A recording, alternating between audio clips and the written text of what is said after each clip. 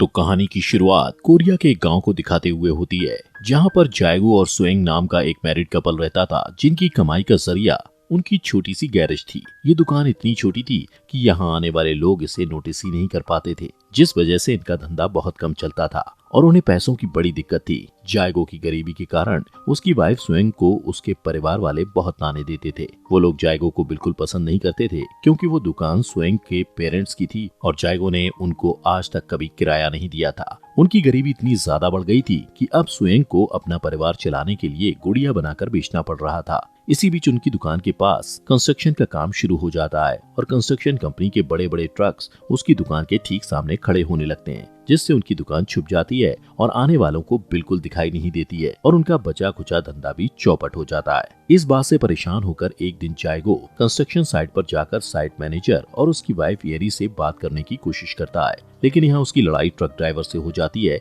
जिसमें वो गलती से मैनेजर की बेटी को गिरा देता है। इस बात से नाराज होकर वो लोग उसे उठाकर पुलिस स्टेशन पहुंचा देते हैं, जहां एक ऑफिसर उसे कहता है कि उसकी शॉप ठीक से नहीं चलती तो उसे किसी और को जिम्मेदार नहीं ठहराना चाहिए। तभी एक ऑफिसर आकर बोलता है कि वो दुकान जायगो के ससुर की है और वो उस शॉप को बेचना चाहते हैं। फिर पुलिस उसे वार्निंग देकर छोड़ देते हैं। घर लौटते वक्त रास्ते में उसे एक आदमी परेशान दिखता है। दरअसल उसका ट्रक खराब हो चुका था और वो उसे कबाड़ वाले के पास बेचना चाहता था। तभी जायगो उसे बताता है कि इस ट्रक के वाल्व बदल दिए जाएं तो उसे कुछ और साल आराम से चलाया जा सकता है। घर पहुंचकर जायगो अपनी वाइफ से पूछता है कि क्या सच में उसके डैड इस दुकान को बेचना चाहते हैं, जिस पर वो कहती है कि किराया नहीं मिलने की वजह से उसके डैड अब परेशान हो चुके हैं। ये सुनकर जायगो को गुस्सा आता है और वो चुपचाप घर से बाहर निकल जाता है। वो पास की शॉप से कुछ सिगरेट्स और बियर खरीदना चाहता है, पर पैसे कम होने के कारण वो सिर्फ सस्ते ब्रांड की सिगरेट्स ही खरीद पाता है। दुकान की मालकिन एक ओल्ड लेडी थी, जिसकी पोती को जायगो एक बार स्कूल छोड़ने गया था। उसका शुक्रिया अदा करने के लिए वो अपनी पोती के हाथों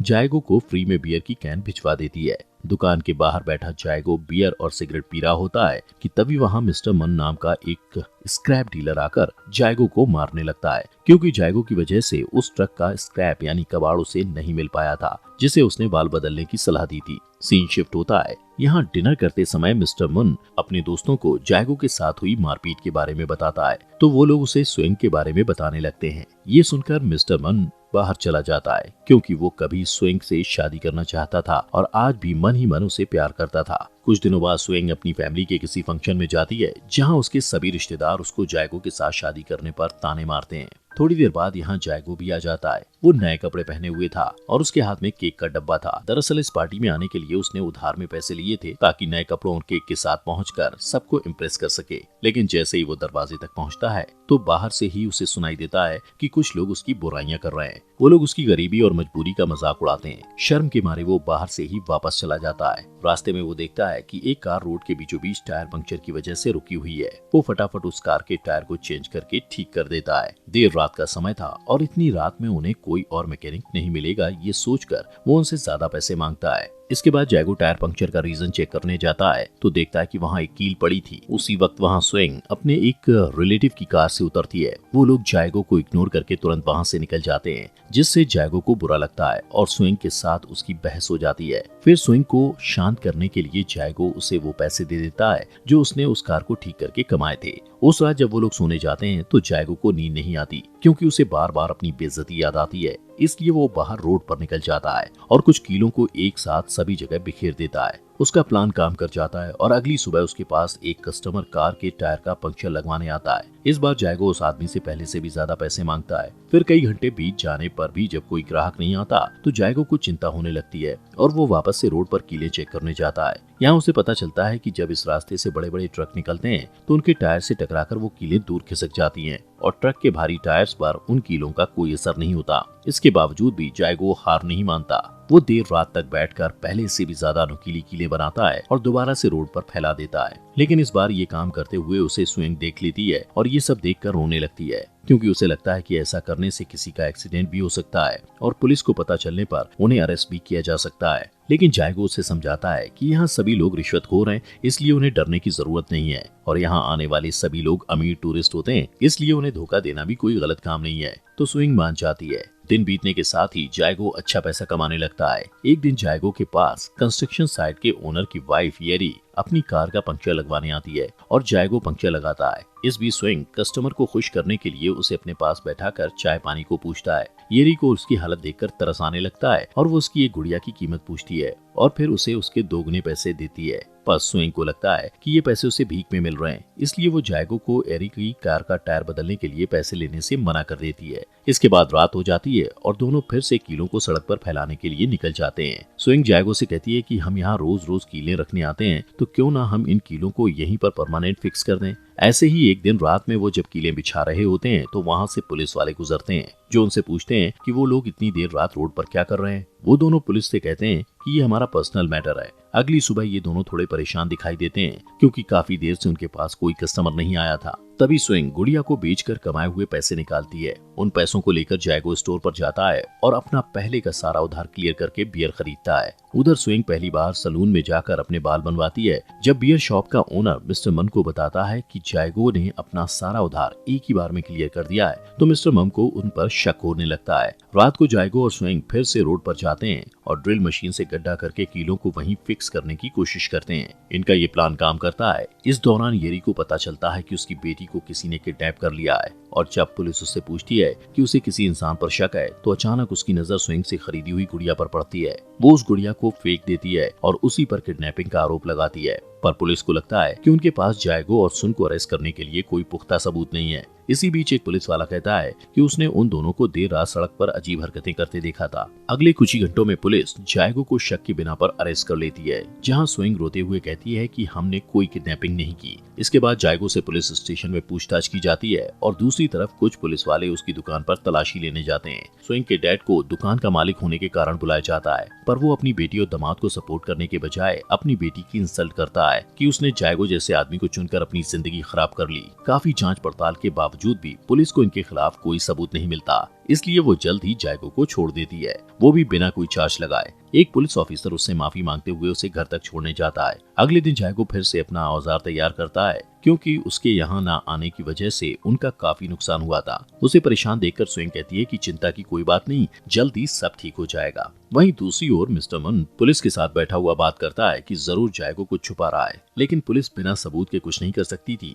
वो पुलिस से उसकी दुकान पर नजर रखने के लिए कहता है। तभी रात जब स्विंग रोड पर कील ठोकने के लिए जाती है, तभी मिस्टर मन उसे देख लेता है। जैसे ही वो वहाँ से चली जाती है तो मिस्टर मन रोड पर जाता है और वहाँ पर लगी कीलों को देखकर सब कुछ समझ जाता है और वो स्विंग और जायगो को ब्लैकमेल करने की सोचता है। इस बीच जायगो काफी पैसा कमा लेता है और जी खोलकर खर्च करता है। एक दिन बूढ़े कपल की गाड़ी सड़क पर लगी कील की वजह से पंक्चर हो जाती है और वो रिपेयर कराते वक्त जायगो से डिस्काउंट मांगते हैं, क्योंकि उन्हें जल्दी हॉस्पिटल जाना था, लेकिन जायगो फिर भी एक्स्ट्रा पैसे मांगता है। इसके बाद जब स्विंग ग्रोसरी स्टोर पर जाती है तो वहाँ उसे मिस्टर मुन मिलता है, जो कहता है कि मुझे तुम्हारी कील वाली चाल के बारे में पता चल चुका है और अगर तुम चाहती हो कि मैं इस राज को राज ही रखूं, तो इसके बदले तुम्हें अकेले में मुझसे मिलने आना होगा। उस रात दोनों में से किसी को नींद नहीं आती। जायगो को महसूस होता है कि उसने बूढ़े लोगों से ज्यादा पैसे लेकर सही नहीं किया और वो दुखी हो जाता है। इधर स्विंग इस बात से परेशान थी कि मिस्टर मन ने उसे अकेले में मिलने के लिए कहा था, जिसका साफ मतलब है कि वो उसके साथ कुछ गलत करने वाला है। सोचते सोचते स्विंग अपने हस्बैंड से पूछती है कि अगर किसी को हमारे इस घोटाले के बारे में पता चला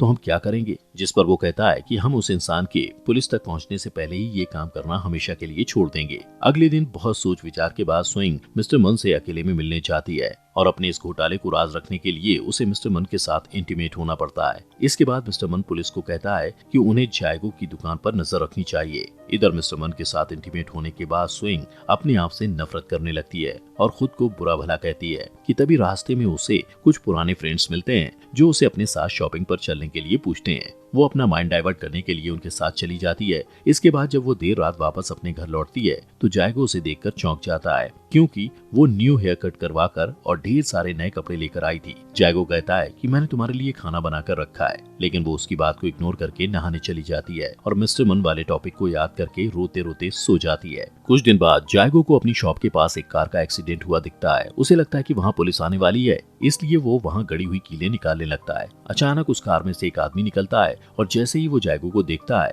तो वहाँ से भागने लगता है। उसके जाते ही जायगो कार को चेक करता है तो उसे पता चलता है कि वो आदमी किडनैपर था, जिसने येरी की बेटी को किडनैप किया था। अगले कुछ ही घंटों में वहाँ बहुत सारे न्यूज रिपोर्टर्स आते हैं और उसकी दुकान के पास जमा हो जाते हैं। सब यही समझते हैं कि जायगो ने येरी की बेटी को बचाया है और सब उसे हीरो समझकर उसका इंटरव्यू लेने लगते हैं। और तो और उसे गवर्नर भी बधाई देते हैं। जब स्वेंग के डैड को खबर मिलती है तो वो गवर्नर से पहचान बनाने के लिए अपने दामाद से प्यार का झूठा नाटक करने लगता है। गवर्नर जायगो को इनाम के तौर पर ढेर सारे पैसे देता है। उन पैसों से वो अपने ससुर की दुकान खरीदने की बात करता है, लेकिन जायगो का ससुर दुकान की कीमत बढ़ा देता है। इसके बावजूद जायगो दुकान खरीद लेता है और स्वेंग के पूरे परिवार के सामने अपने ससुर को शर्मिंदा करते हुए उनसे पेपर साइन करवाता है। कुछ ही दिनों में वो दोनों एक कार भी खरीदते हैं, लेकिन तब भी वो अपने खर्चे रोकते नहीं। और अब जबकि सभी लोगों का उन पर भरोसा हो गया था, इसके बाद भी वो लोग रोड पर कीलें ठोकने के साथ साथ अपना बिजनेस जारी रखते हैं। जिसके बाद वो अपनी दुकान पर इलेक्ट्रिक साइन लगाते हैं, फैंसी कपड़े खरीदते हैं और महंगे रेस्टोरेंट्स में जाकर डिनर भी करते हैं,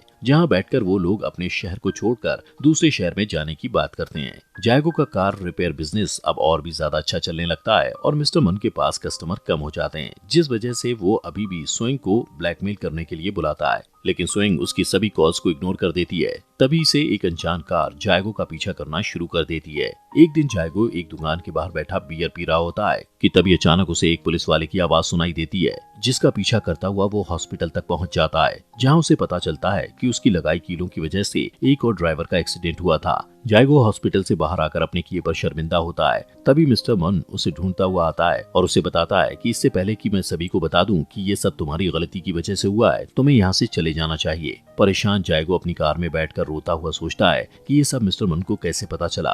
तभी उसे समझ आता है कि मिस्टर मम उसके बारे में हमेशा से जानता था। वो परेशान होकर जल्दी से घर आता है और घर पहुंचते ही सबसे पहले अलमारी में रखे पैसे निकालकर जलाने लगता है, जो स्वेंग ने बचा कर रखे थे। स्वेंग रोते हुए उसे रोकने की कोशिश करती है और तभी वो जायगो को बताती है कि मिस्टर मुन को मुंह बंद रखने के लिए उसे अपने आप को उसके हवाले करना पड़ा था। स्वेंग जायगो से कहती है कि ये सारे पैसे हम दोनों ने मिलकर बहुत मेहनत से कमाए हैं, इसलिए मैं तुम्हें ऐसे जलाने नहीं दूंगी। सारी बातें जानकर जायगो को बहुत दुख होता है कि उसकी वाइफ ने चंद पैसों के लालच में उसे धोखा दिया था, इसलिए वो उन सभी पैसों को स्वेंग के पास छोड़कर रोता हुआ घर से बाहर निकल जाता है और रोड पर जाकर अपने हाथों से उन कीलों को निकालने की कोशिश करता है, लेकिन वो इतनी बुरी तरीके से अंदर घुसी थी कि उन्हें आसानी से निकालना मुश्किल था।